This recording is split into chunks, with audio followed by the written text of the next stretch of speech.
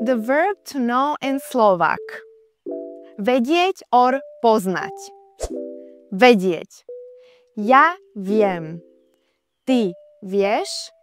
On, ona, ono vie. My vieme.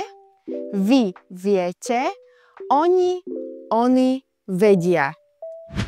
We use to describe information and skills. Viem to a viem plávať. Poznať. Ja poznám, ty poznáš, on, ona, ono pozná. My poznáme, vy poznáte, oni poznajú. We use it when talking about people and places. Poznám Petra a poznám Taliansko. When used together, it is like this.